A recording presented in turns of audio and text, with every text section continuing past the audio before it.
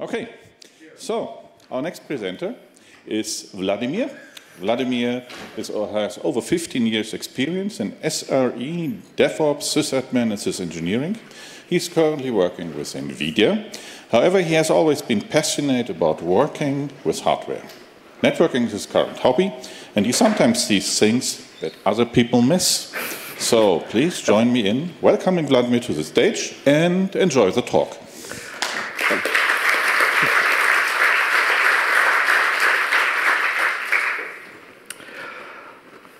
So, yeah, before I kind of start, there are important disclaimers. I work as an AI infrastructure engineer at NVIDIA since September this year, but everything I'll be talking about is my home project, like home lab that I started way before joining. So, like hardware I bought with my own money, and yeah, the performance figures and so on are not necessarily represent the best of what hardware can get, but more of what I want to show in the case with the software setup with for this particular talk. So what's this all is about? Earlier this year, I did a talk at in Finland, at DENOG in Finland, about somewhat cost-effective hobby load generator setup that can generate, the aim is to generate more than 1 billion packets per second to stress test various things. And after that, I had a lot of questions about why exactly I build the systems like that. What about the test targets? In this case, VPP box. Why I configure it that way. And basically, what happened? I decided to show what happens if you do some very common misconfigurations of the hardware, so that people would know what to look for and what to aim for. Well, as I got already introduced mostly, so I live in Switzerland. Yeah, I have a lot of background in SRE, syseng kind of stuff. And I got in all of this project basically in 2021 when I got myself a 25 gigabit home internet. And for that, I decided to build a fast router. Therefore, I went with VPP. I met with Pim van Pelt, who is known very well for all kind of VPP testing and everything.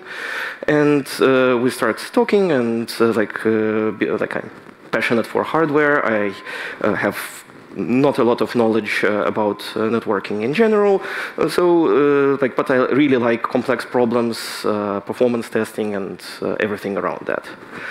So, and that comes into building all of those machines. So, in contrary to what I talked about the cost-effective setup, other talks, this one will be specifically overbuilt and overpowerful, because I want to showcase problems that you can get, and for that I want the hardware not to be the problem. So. By itself. So, yeah, if you want the cost-effective part, yeah, this is not about it. Yeah, so for the VPP box, that's basically what I went with. There are some limitations because it's home project and hobby project, and I'm spending my own money on that. Yeah,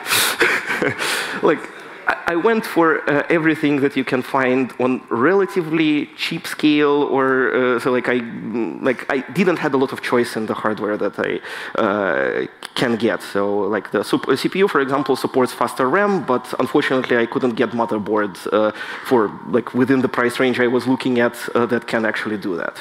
And the mixture of network cards is also because of that, because I buy whatever I can find cheap on some deals or anything. And same goes for the load generator boxes. I went for 2 overpowered boxes. Actually, the first one, if you put more network cards in there and maybe double the cores, it should be fast enough to saturate the VPP test machine. But for this particular test, I went for way overpowered setup. And again, hobby project limitation, for example, Zen 5 have 12 memory channels, but the motherboard I got only have 8.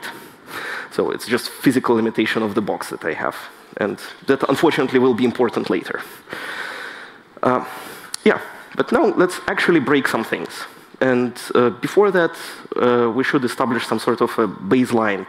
We should actually see what the box is capable of. Like a small disclaimer, I will be showing some graphs, like Grafana screenshots or screenshots from the software. Don't try to read them. I will try to zoom in into the important parts, because they are very information dense, unfortunately, and not very readable from the slides. Yeah, that's basically the Grafana screenshot. And what's important here is that this is the VPP. Like I went for a simple L2 packet forwarding. Like the box can actually forward more than 1 billion packets per second. It's like 1.15 in this case. Very stable, like rather reliable. And another important thing is so if you look at the thread utilization, there is nothing even remotely close to 100%. So if you would want to go for MPLS forwarding, it can do that. And for that, actually, as far as I remember, Pim did a talk on last DENOG, like showcasing the previous version of the same box, doing his setup of the VPP. Yeah, and for the configuration part, like I put 8 cores for connected 6s per port. I put like 8 queues, so 1 core per queue. And like for connected 7, I could go down to 4 because for them I haven't noticed any significant difference in terms of the performance. But for connected 6, it was rather important. And in terms of the bandwidth and throughput, like I can get like almost up to 1.3 terabits with large enough packets. So the previous results were with 64-byte packets. This one is like with 1 kilobyte. So I mean, like if you can do a billion packets of 64 bytes, you probably can saturate with large enough packets your network. So let's actually start breaking things. So imagine you got this like nice brand new Emerald Rapids machine. You put the software there. You just like put everything in configuration. You assign maximum amount of cores you can think of, or and just start VPP. That should work, right? And of course it doesn't. This is actually like I think the only kind of software problem that I will showcase here. So if you try to start VPP out of the box, it will start complaining that maximum amount of workers that it can support is 64. And you have like amount of cores plus extra service stuff workers instead.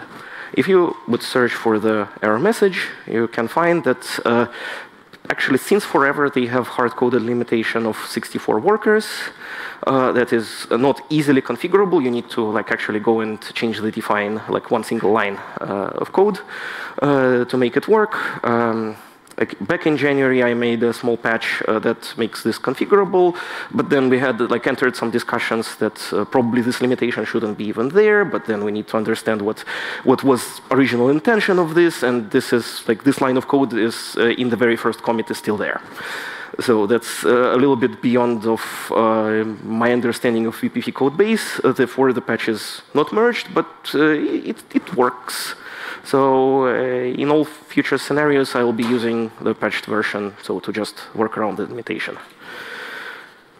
So like we fixed that. We start connecting our network cards. So my motherboard, like simplified schema, like I have 2 CPUs, like I have PCI Express slots that are numbered from like 1 to 6 in this particular way. So I just decided like connect the network cards 1 to 1. So like from 1 to 2, 3 to 4, 5 to 6. That should be okay, right? And of course it's not. So on the left side, you can see our like ideal case. On the right side, you see like what you will get if you do exactly like this on this setup.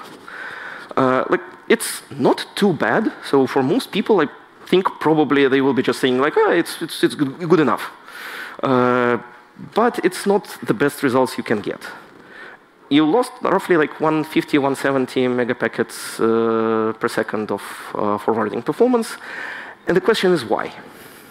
You probably would, so next, you would probably go to the motherboard manual, and you'll quickly figure out that the distribution of the PCIe slots to the CPU is actually completely I have no idea. Like, I'm not electronics, like an electrical engineer. Maybe from their perspective it makes sense. From my perspective, no. And basically I accidentally in this case, connected them in the worst possible way. So each packet now goes to the CPU1, or CPU0, then goes to the other CPU to be processed and sent out. So then you might think that, if you remember or know from top of your head the schema for Emerald Rapids, you would actually know that those have 3 cross-socket links, 20 gigatransfers per second each direction. So it's 120 gigabytes per second of total bandwidth between sockets. With 64 byte packets, you have roughly 70. So that shouldn't be the problem. So the question is why? And again, warning, there will be extremely dense screenshots, which I will quickly zoom to the correct part. So if you will start digging around, you will find a lot of tools. Intel provides some open source tools like PCM for performance counters monitors, and one particular tool actually shows the difference. That is actually the cross-socket bandwidth. So if you would zoom in, you'll see that, again, in our ideal case on the left, you will see there's basically no memory communication. Like half a gigabyte per second is basically nothing. So, on the right socket, on the right screenshot, you will see that there is actually heavy memory throughput. There is 100, almost 120 gigabytes of total read and write combined. You would maybe think that that's a mistake, but it's actually not. That's exactly the left screenshot is exactly what you want to achieve for this particular use case. And modern CPUs are complex. There are a bunch of optimizations. And in this particular case, this one is called Data Direct I/O Access, so DDI/O, which Intel supports since, I think, Ivy Bridge from 2014, 13, something like that. So in the classical schema, you would see, your traffic goes from network card, then it goes to the PCIe root complex, then it sends it to RAM, then the CPU actually reads it from through the L3 cache from the RAM. This approach allows you to bypass the RAM itself. So AMD have also a very similar feature called SDCI. It's actually smarter, but they only support this since Zen 5 and only on EPICs. And they approach, because it's smart, and unfortunately requires the software and firmware support, which, for none of my hardware, I had any firmwares that supports SDCI. So unfortunately, I cannot really test or verify that. But if you would want to read more, I put on the slides a couple of more links for one of the Usenix talks and for Intel documentation, which have way more information than you ever need about this. So then, if you would start looking into more diagrams, then you would see that modern CPUs are way more complex than they used to be. A long time ago, your CPU was basically a uniform set of cores, which are on a ring bus or on a mesh, but it's no longer the case. Emerald Rapids, Sapphire Rapids, Granite Rapids from Intel, or all of them from AMD, they are no longer uniform. It's extremely hard to figure out what exactly are the limitations or implications of that, because Intel published very detailed documentation about Sapphire Rapids. I wasn't able to find the same level of details for Emerald Rapids, for example, and neither I did for Granite Rapids. So, from various public sources, I tried to create just a simplified version of diagram that showcase only the important parts for the talk. So you now have multiple chiplets which have cores which are somehow connected with each other. And each chiplet for Intel have their own PCIe root complex. And for Sapphire Rapids, it's 4 chiplets. For Emerald Rapids, they moved to 2. So the next idea to test, so let's see what will happen if we would explicitly misplace our threads and talk to the PCIe devices connected to the other chiplet. Because unfortunately, my motherboard only exposes PCIe slots from 1 chiplet. So again, limitations of the hobby hardware. So what I did, I explicitly pinned all the threads to the other chiplet, other side. So now, we will go through the interconnect between the CPUs.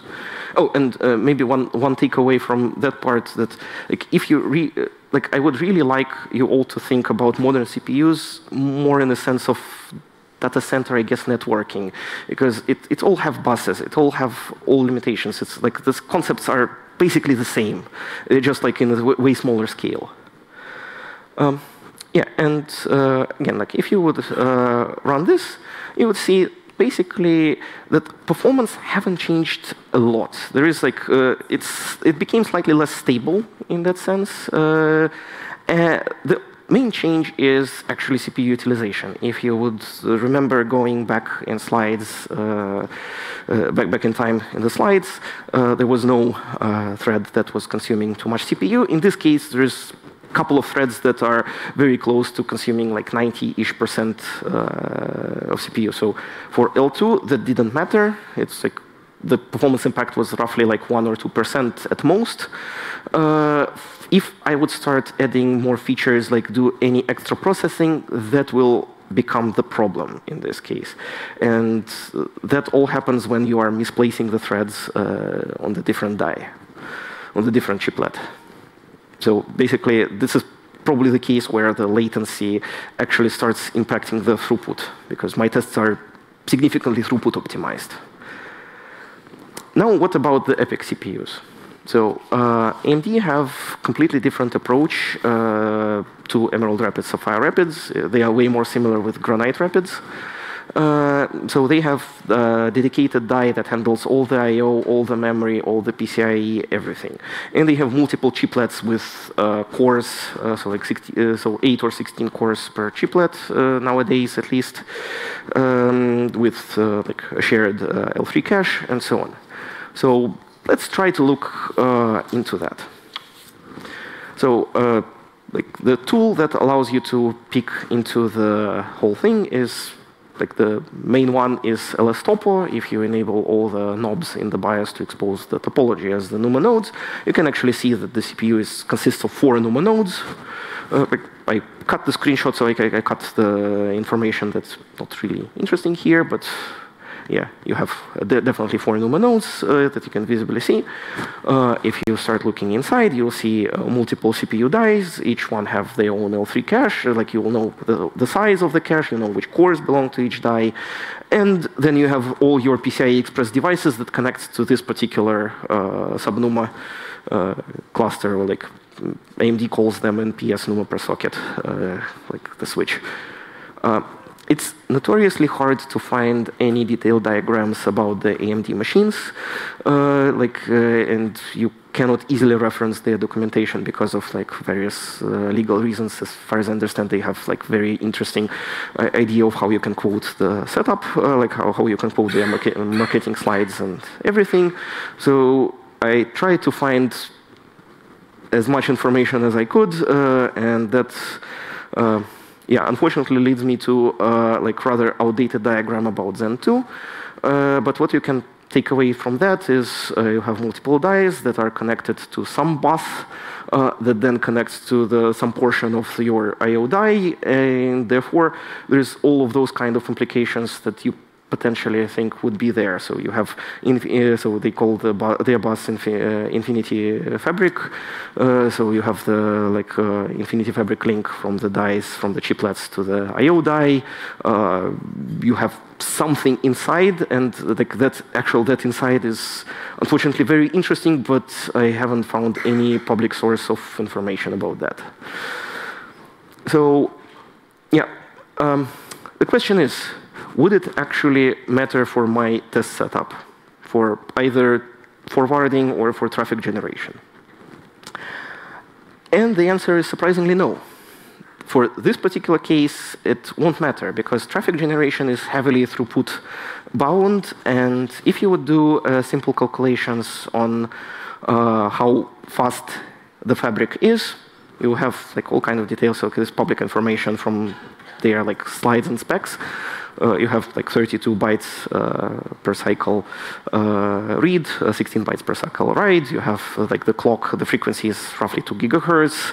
So if you do some math, you'll have basically 64 gigabytes per core cluster with a narrow setup, and they have also CPUs with 2 links, so double that. It basically gives you at least 128 gigabytes of link speed for the PCIe root complex, because you can probably assume that it won't be it won't be narrower than the links from the chiplet to the I/O die. My total traffic generation capacity, even in throughput mode, is like 1.4 terabits theoretical, so 175 gigabytes per second total. So basically, like two NUMA nodes will be able to easily handle that. So like I could have potentially, potentially it would matter if you would go for modern 400 gigabit network cards, if you put a bunch of SSDs, like PCIe Gen 5 SSDs, and you will start doing something CDN style workloads. If you will start sending your files from disk to network, then you actually will probably be able to saturate the fabric. Unfortunately, I don't have enough network cards to simulate that behavior. So. Yeah, and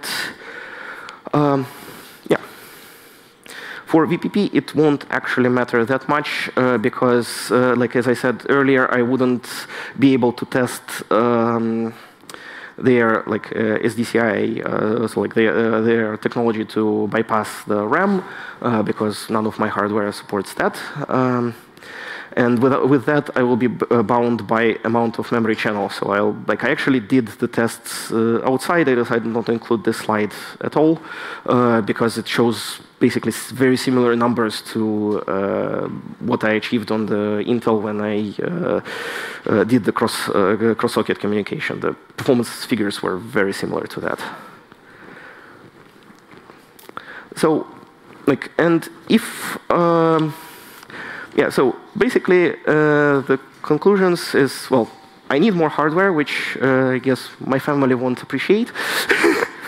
Yeah.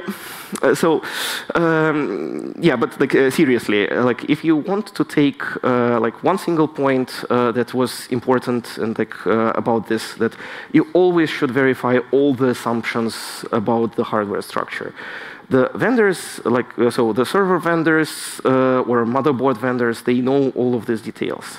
They are sometimes very hard to find, or in some cases, like distribution across the chiplets, for some reason they don't publish that. They don't really like to expose that. And you basically need to always consult, try to get this information from the vendor before getting the hardware, or before before you ask them to configure it for you. And yeah, if you cannot, just verify and yeah, run the test yourself. Try to get the topology. Open source tools are there. Each vendor also have their own set of tooling, which also expose various different subset of this information, in some nice ways to that you can read and so on. So yeah, thank you for your time and questions.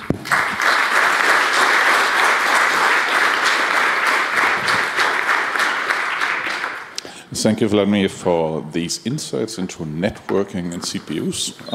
There's some interesting topics here, and maybe there are some questions in the room. Anyone? Okay, you have to process these things, I think. Is there anything in Venulus? No questions? So thank you very much again. And then